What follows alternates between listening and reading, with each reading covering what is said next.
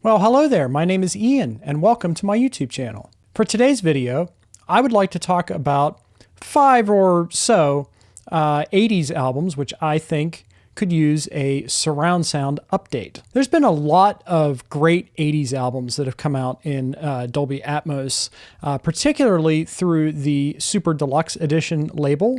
Albums like Frankie Goes to Hollywood's Welcome to the Pleasure Dome, Boys and Girls by Bryan Ferry, and of course Tears for Fears, Songs from the Big Chair.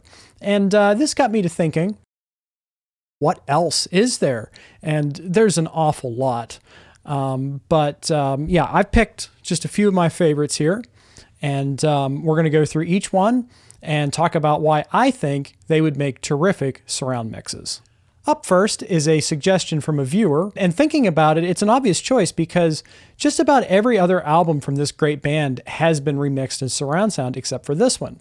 We're also missing the album Mummer, as well as the very first 2 XTC albums, White Music, as well as Go To. This is maybe my favorite XTC album. It's entitled English Settlement, and features the very first song I ever heard from them, Senses Working Overtime. And it's a double record, which, you know, usually when you think about double records, the meme, I suppose, is that everyone always says that they should have been a single. And this is a case where I wouldn't cut a single thing from this record. In fact, everything on this album is terrific. Not only that, I feel like the band's decision to move toward more acoustic textures and using the studio as an instrument would make this a really great surround mix due to all the layering that was involved in the overdubbing process. Obviously, the reason why we don't have this yet is that apparently the multi-track tapes are missing for the singles. So that would be Senses Working Overtime,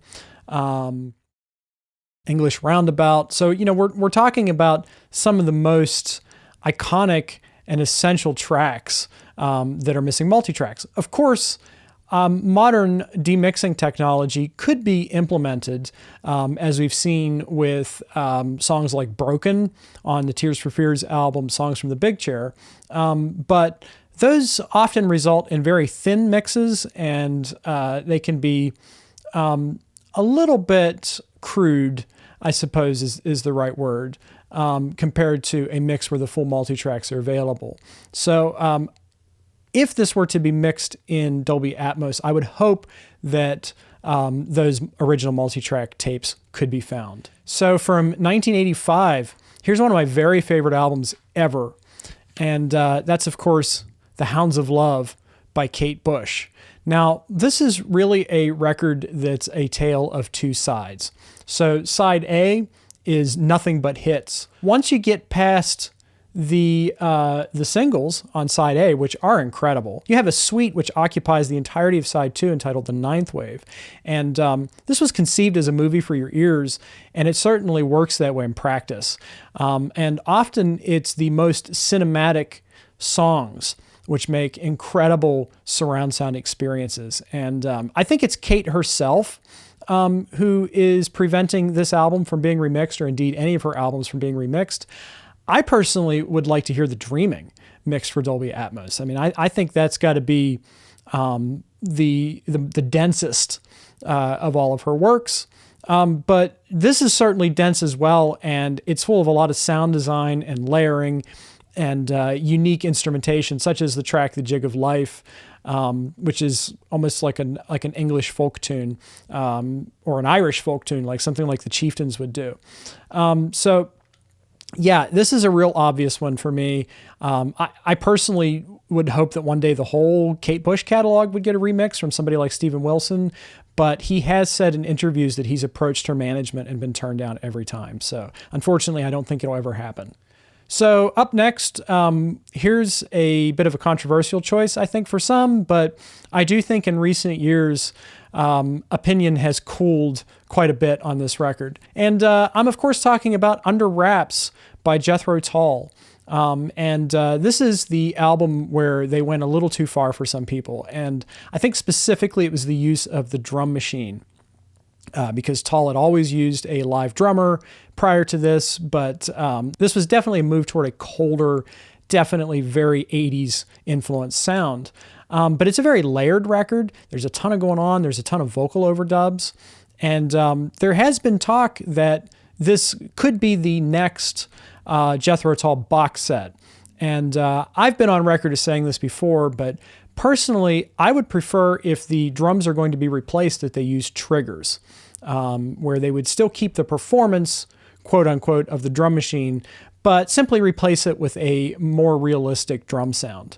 I think that actually, if they were to provide us with both options, with hearing it in Dolby Atmos 5.1 surround sound with the original drum tracks or drum machine tracks, as well as the option to hear it with the triggers, I think would be wonderful. And paired with Ian Anderson's solo album, Walk Into Light, I think would make an essential purchase. So this next one, I'm going to cheat a little bit. It's actually a record from 1978, but this band is so iconically 1980s, I had to include them, and there's a very specific reason. So I'm of course talking about Devo and the album Are We Not Men, We Are Devo. I did just see an interview with Devo conducted by Billy Corgan of the Smashing Pumpkins, in which he talked to Mark Mothersbaugh, and they were talking about how this album was originally produced by Brian Eno and David Bowie, and that Eno and Bowie, who were essentially hot off the heels of the Berlin albums.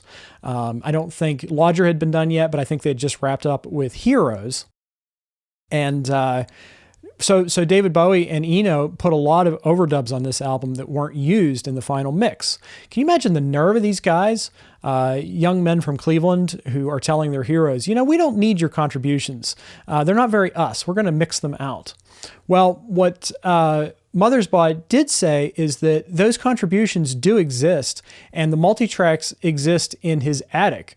And I think this album would be a wonderful candidate for Dolby Atmos because they could mix some of those older elements into the multi-channel mix. And I think that would be a very interesting thing to hear indeed. But all this is to say that any Devo in Dolby Atmos or 5.1 is welcome. And I think it's something that we are certainly missing from our surround sound libraries. So over the weekend, I got to see the new Josh Safdie film, which is entitled Marty Supreme. And the soundtrack included, surprisingly, a lot of 80s songs. And one that absolutely surprised me and just floored me to hear on a theater sound system was the Peter Gabriel song, I Have the Touch, as included on his fourth record, which is known as Security, but the official title is simply Peter Gabriel. So why this album? Well, it's an incredible album, and it definitely, I think, showcases best Peter Gabriel's interest in both avant-garde music as well as pop music. And I think that this album is perhaps the most perfect merger of those two worlds. Not only, a song like I Have the Touch, which is incredibly catchy and inventive and a brilliant song, but I think songs like The Family and the Fishing Net would be absolutely incredible in Dolby Atmos. And considering the fact that many of Peter Gabriel's recent albums have been mixed for Dolby Atmos, I think it's time to go back and remix the Peter Gabriel back catalog for Dolby Atmos. So, you could start here, but I would also love to hear Peter Gabriel's third album in Dolby Atmos, or indeed the So record, which came out after this and has all the hits on it, like Big Time and Sledgehammer and Red Rain and Don't Give Up. But I think this album is my favorite overall. The big hit on this is, of course, Shock the Monkey, which is an incredible track. And I have known for a long time that Vandergraaf Generator's Peter Hamill appears on this record, but I've never been able to pick his parts out. However, when I was listening to this recently, I was able to hear him doing the shock part in Shock the Monkey, and it just started making my brain work and thinking, well, what if that was that shock part was traveling from the back of my room to my height speakers? I think it would be a wonderful experience. And the Peter Gabriel catalog is due for a reissue campaign. So last but not least, one of my very favorite records from the 80s, and indeed, this was Rick Wright of Pink Floyd's favorite album of the 1980s. I'm of course talking about The Color of Spring from Talk Talk. For me, it's emblematic of a lot of the best things about the 80s, because it kind of has this very cold and sterile approach to the production that is surprisingly warm in its execution. I've always thought this album sounds like the first dew on the grass in early spring. It's one of those things that it's intangible. It's hard to explain why this album makes me feel that way. But there's just a warm coldness or a cold warmth to the whole thing. And on top of that, the production value is absolutely incredible. Mixing a lot of drum machine with live drums, which always makes an excellent, in my opinion, opportunity for any kind of surround mixing, because you can kind of play with the two different drum styles. But what really stands out to me is the songwriting, and the songwriting is absolutely incredible. Living in Another World, Life Is What You Make It, I Don't Believe in You. These are some of the best songs, I think, of the era, and it is absolutely deserving of a multi-channel mix. All right, now it's your turn. What 1980s albums would you like to hear mixed for multi-channel formats? Let me know in the comments below. I think it would be fun to get a little dialogue going. Also, let me know what you think of some of my choices. Are there any here that you're dying to hear? Are there any that are just impossible wish list items, like Kate Bush is? Like, I don't think that's ever going to happen. It just would be wonderful if it did. Yeah, by all means, let me know in the comments below. Don't forget to like the video. And if you enjoyed this and would like to hear more surround sound and multi-channel content, don't forget to also subscribe to the channel. It's the only way to keep up with my future videos and reviews. So until then, it's been nice talking to you. Take care, and you'll hear from me really soon. All right, so long.